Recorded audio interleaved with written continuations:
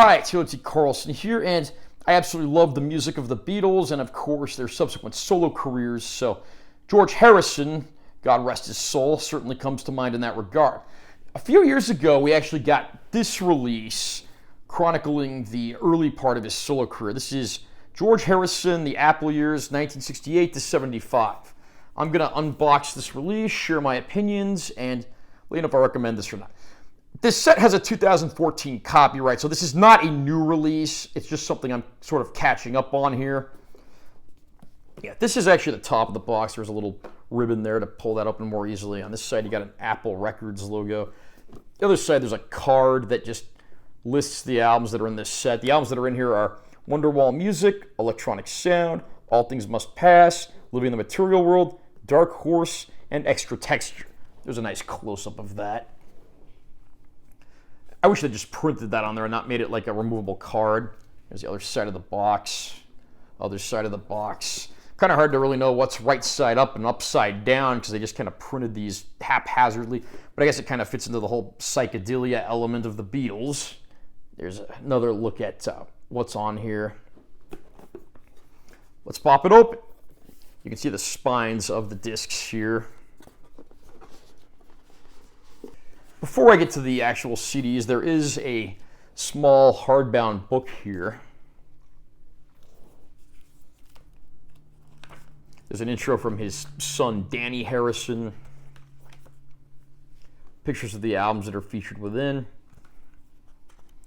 There's just some cool like rare photos and essays in here. I'm not going to show off every single page, but if you're a fan of George Harrison, this is pure gold here. Got all your special thanks and credits there.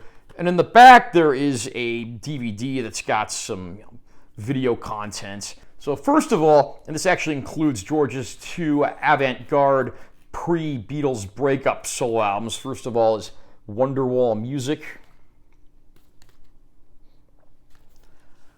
And I like how they actually have gatefolds on these, so that looks very nice. In this side, we have an insert that's got the CD in it. There's the CD itself. They've got those Apple Records apples pictured on there. I'm not going to show off the other CDs unless they have different art than that.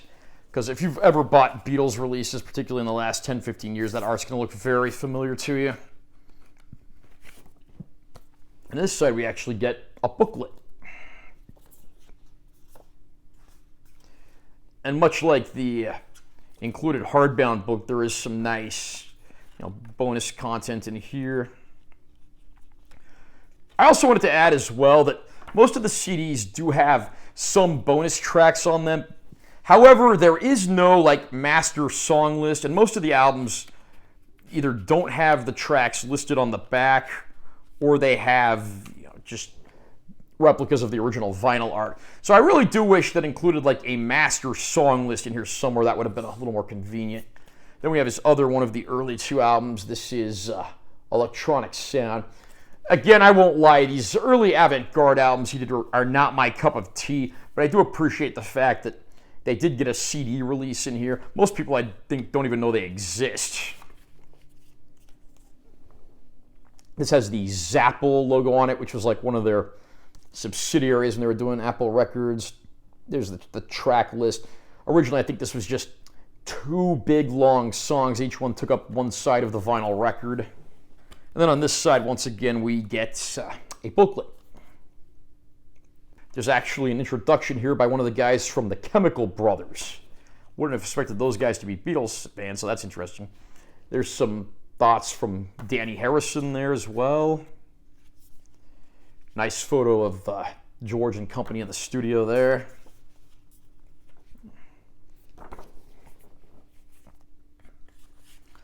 And moving on past the Beatles breakup, we get to George's magnum opus as a solo artist, his 1970 post-Beatles solo debut, and first proper rock-pop solo album that he put out, All Things Must Pass. This album's been reissued many, many, many times over the years, including a recent deluxe edition that I actually did an unboxing of on the channel a while ago. Classic artwork there in black and white of him with those random garden gnomes. Not really sure what he was going for there, but it's certainly an iconic image. And this was originally a triple vinyl, but it's split across 2 CDs here, as most releases of the album are. And then here's the inside, and this folds open again like so. In the middle here, we've got a fold-open insert. I think this is like a recreation of the poster that came with the original album. And I think that reissue actually came with a similar poster, the one that came out a few years ago. Then you got lyrics on this side and credits. Some pretty noteworthy names that played on this album, too. I mean, guys like, Gary Wright, the guys from Badfinger, Klaus Voormann, Ginger Baker. I mean, the list goes on. He had a who's who of artists play on this record.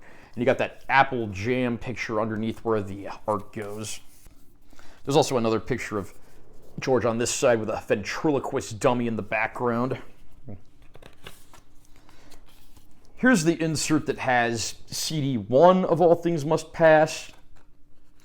And interesting, this one's got a red apple on it. I remember the original release of the Let It Be Beatles album had a red apple as well, so maybe that's just symbolic of the Beatles breakup at the time.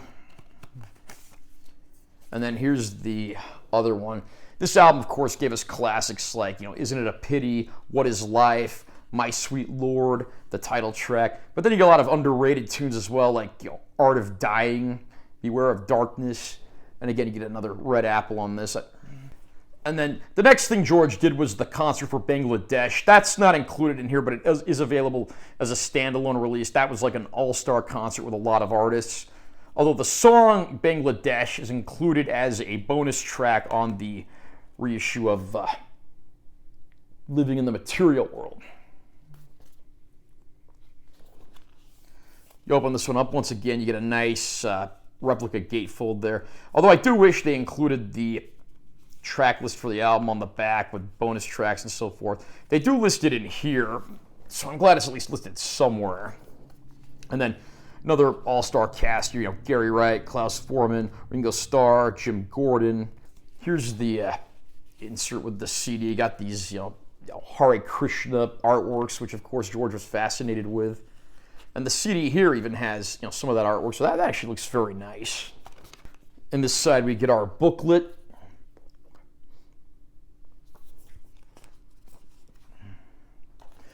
As usual, I'm not going to go through every single page here, but there is some cool art, essays, and retro stuff to be had here.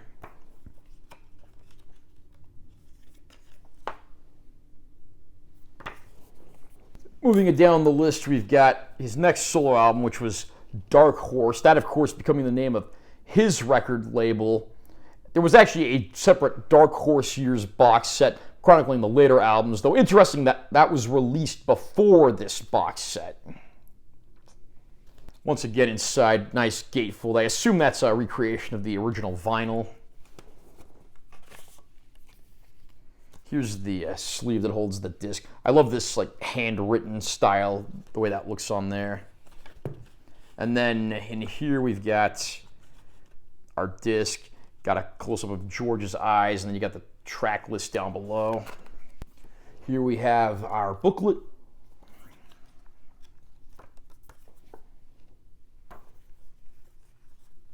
And we have one last album in the set, and that's Extra Texture. And this actually is a textured sleeve. You can kind of look at that. It's almost kind of got the consistency and color of a basketball. And it's got these little grooves. I know they're kind of hard to see on camera, but you can see if you look closely there. There's also the Hare Krishna symbol there as well. Here's the back cover. There's the inner sleeve. Over here we've got our slipcase with the CD. And then on this side, once again, we have our booklet.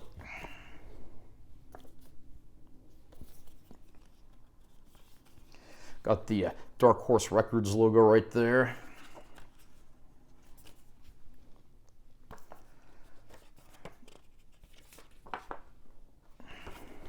And that's pretty much it. This is a pretty thorough set. I mean, you get several albums worth of reissued George Harrison from the early part of his solo career. Those first two avant-garde albums are pretty obscure and hard to find. Like I said, I think most people don't even know those exist. Not really a fan of those, but I do like the fact that they're here, so it's a pretty complete, pretty comprehensive package. And then, of course, you get, All Things Must Pass, Living in the Material World, Dark Horse, Extra Texture. So it's a pretty comprehensive, pretty thorough set of early George Harrison. If you're a fan, this set's highly recommended. I have no idea if this is still available or not, but if you can find this for a decent price and you're a George fan, definitely pick it up. Are you a fan of George Harrison? What do you think his best solo album is, best solo song? Comment down below and let me know what you think. Also, remember to subscribe to this channel for more content because I'm always posting new videos. And make sure you give this one a like if you found it helpful. I'm Taylor T. Carlson. I'll see you next time.